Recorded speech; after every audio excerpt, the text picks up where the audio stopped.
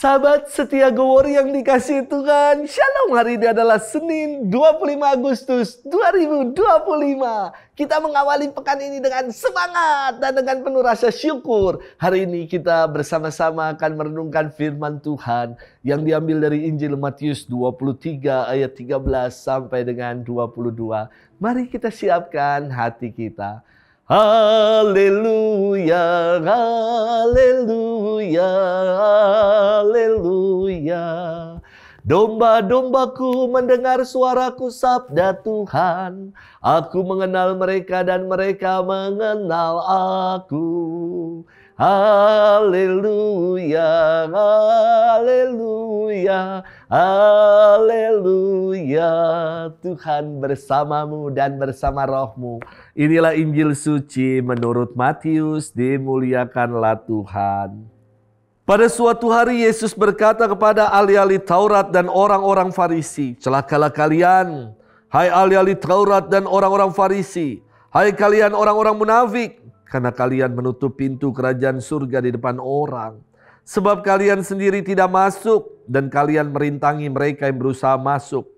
Celakalah kalian, hai ahli-ahli Taurat dan orang-orang Farisi, hai kalian orang-orang munafik, sebab kalian menelan rumah janda-janda, sementara mengelabuhi indera orang dengan doa yang panjang-panjang. Sebab itu kalian pasti akan menerima hukuman yang lebih berat. Celakalah kalian, hai ahli-ahli Taurat dan orang-orang Farisi, hai kalian orang-orang munafik, sebab kalian mengarungi lautan dan menjelajah daratan untuk mempertobatkan satu orang saja sebagai penganut agamamu. Dan sesudah ia bertobat, kalian menjadikan dia orang neraka yang 2 kali lebih jahat daripada kalian sendiri. Celakalah kalian, hai pemimpin-pemimpin buta yang berkata, bila bersumpah demi bait suci, sumpah itu tidak sah. Tetapi bersumpah demi emas bait suci, sumpah itu mengikat. Hai kalian orang-orang bodoh dan orang-orang buta, manakah yang lebih penting, emas atau bait suci yang menguduskan emas itu? Dan kalian berkata, bila bersumpah demi mezbah, sumpah itu tidak sah. Tetapi bersumpah demi persembahan yang ada di atasnya, sumpah itu mengikat. Hai kalian orang-orang buta, manakah yang lebih penting, persembahan atau mezbah yang menguduskan persembahan itu? Karena itu barang siapa bersumpah demi mezbah, ia bersumpah demi mezbah dan juga demi segala sesuatu yang terletak di atasnya. Dan barang siapa bersumpah demi bait suci, ia bersumpah demi bait suci dan juga demi dia yang diam di situ. Dan barang siapa bersumpah demi surga, ia bersumpah demi tata Allah dan juga demi dia yang bersemayam di atasnya. Demikianlah sabda Tuhan. Terpujilah Kristus. Sahabat setia Gowori yang dikasihi Tuhan, Shalom. Ketika nonton Piala AFF kali lalu, kalau nonton sepak bola rame-rame itu lebih seru ketimbang nonton sendiri. Karena kalau hanya nonton sendiri, paling kita teriak gol, atau ketika tidak gol, paling teriaknya cuma 2 macam.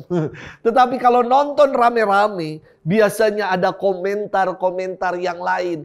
Oper, tackle, tembak, payah, untung kena tiang, dan lain-lain. Rasanya pasti lebih banyak komentarnya. Dan buat kita lebih mudah jadi komentator ketimbang untuk memainkannya secara langsung. Sahabat setia Gowori yang dikasihi Tuhan, firman Tuhan hari ini terdengar keras dan pedas. Yesus menghardik para ahli Taurat dan orang-orang Farisi dengan bersabda, "Celakalah kalian, hai ahli-ahli Taurat dan orang-orang Farisi, hai kalian orang-orang munafik.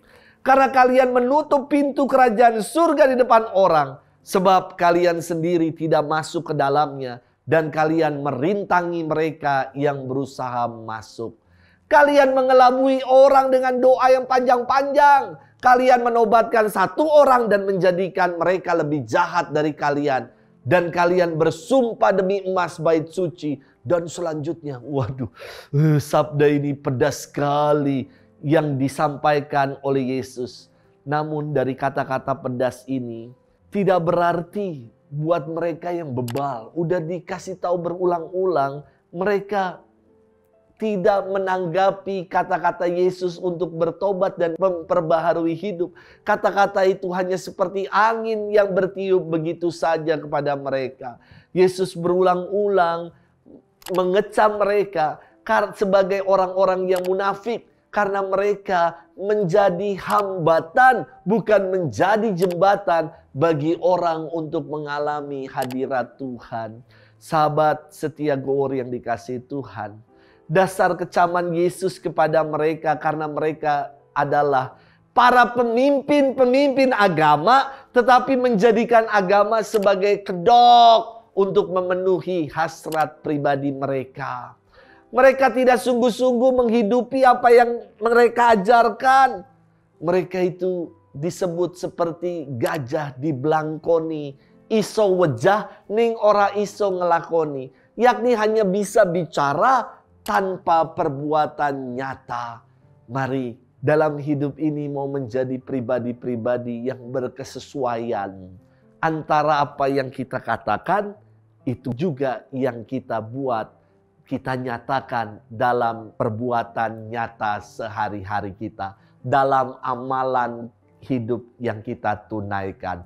Mari kita berjuang untuk menjadi pribadi yang berkesesuaian. Bukan menjadi pribadi-pribadi yang munafik seperti yang dikecam Yesus dalam firman Tuhan hari ini. Selamat bermenung.